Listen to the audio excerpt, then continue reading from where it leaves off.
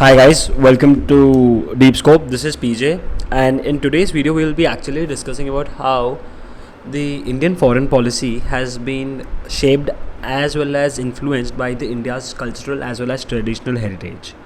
Now, whenever we actually think about the Indian foreign policy, we often associate the terms like treaties, trade agreements, summit like that of G20, Quad, BRICS, etc. But beneath all of this, the Indian moral imagination has been shaped by India's great epics. For example, like that of Rāmāyaṇa and Mahābhārata, Arthashastra, Niti Sar, etc. These timeless stories still echo in how India engages with the world, and that is through diplomacy, righteousness, balance of power, multiculturalism that it advocates for, etc. Now, if whenever we look into the foreign policy of India, what we really have to understand is that the most important element of any foreign policy is a diplomat. Now, these diplomats are nothing but information agents. The role of them is to carry information from one state and convey it to their own parent state. As the diplomats carry sensitive information, when they deliver it, the diplomats must provide a truthful account. They must not distort or manipulate the fact. And this is basically also what Hanuman had done in the course of Rāmāyaṇa. Now, when we look into Rāmāyaṇa and Hanuman, we must also look into the instance wherein Sita, who was the wife of Lord Ram, was kidnapped by Ravan, who was the king of Lanka. Now, Ram had entrusted upon Hanuman the responsibility to locate Sita, and when Hanuman was finally able to locate Sita in Lanka, he first tried to convince her that he was a messenger of Ram and not that of Ravan. Once he convinced Sita that he had been sent by Ram, Sita too conveyed a message to Hanuman that had to be delivered to Ram. Now, what do we understand from this situation? The most important thing that we can conclude or infer upon is that Hanuman, who was to deliver Sita's message to Ram, was seen to be doing what a diplomat does in modern times, even today. Now, for instance, whenever a major policy decision is taken that could impact several other countries, the diplomats of various countries are engaged like that by India, and the messaging is conveyed to the diplomats in order to pass it on to their parent state. So this is exactly what Hanuman did, and the legacy of conveying information or acting as an information agent even holds true today. Now, the next scene, if we can also talk about in Ramayana, is that of the court scene between Hanuman as well as Ravan. Hanuman had argued with Ravan to liberate Sita. He in fact initiated his dialogue by telling Ravan about the power of Ram. He intimated Ravan about how popular Ram was back in Ayodhya. He also told Ravan about his leadership and followership in Ayodhya. He was basically trying to indulge in something that we often call it as the power projection. He was projecting the power of Ram in front of Ravan. And during ancient and medieval times in the world history, power projection was always for the individual in nature.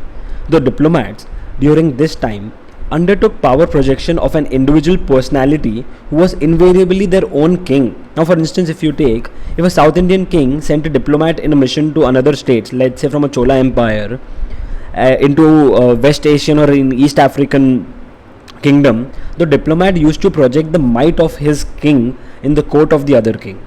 The diplomat would glorify his own king's power, his military prowess, as well as his territorial extent. However, in today's time, the concept of power projection holds very much true. Nevertheless, the power projection is not of an individual, but that of the nation state. Whenever, let's say, we see our external affairs minister, that is Mr. S. Jaishankar, he visits a foreign land, he talks about the consumer demand of India, he talks about the demographic dividend of India, he talks about the military prowess of India. That is not a personality projection. That is rather the projection of the nation state, that is India. So a lot has changed. Now when we look into another aspect of Ramayana, that is Hanuman told Ravan that it was against the ethics to keep Sita in captivity over a long period of time. And if Ravan did not liberate Sita, Ram might burn Lanka into ashes.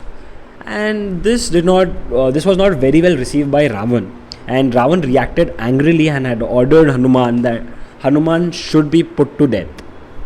In this happening of events, Vibhishan, who was the brother of Ravan, he had intervened and said that Hanuman, who had come to Lanka as an emissary from a foreign state, could not be put to death. Now, this principle of giving certain sort of protection to an emissary or a diplomat, if in common modern terms, is something that is even seen today. Even the Indian legal system accords some sort of diplomatic immunity to the diplomats of other nations. So this is also a manifestation of the Vibhishan's act of protecting Hanuman as he belonged to some other state. Now, when we also look into a lot of other aspects, there is also often talked about a principle of just war. Now, people also try to talk about how just war was a principle that has gained its evolution, or composition in the Western thought. However, I would beg to differ here, because if you look into Mahabharata, let's say, the Pandavas had given multiple warnings as well as opportunities to Kauravas to reconcile and conclude a peace treaty.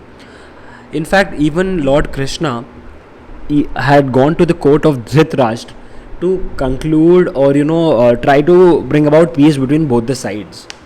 However, this did not do well. The peace could not be agreed upon, and that is when all the opportunities had been lost, and that is when the war was the final outcome. So the concept of just war is even available today and applicable today.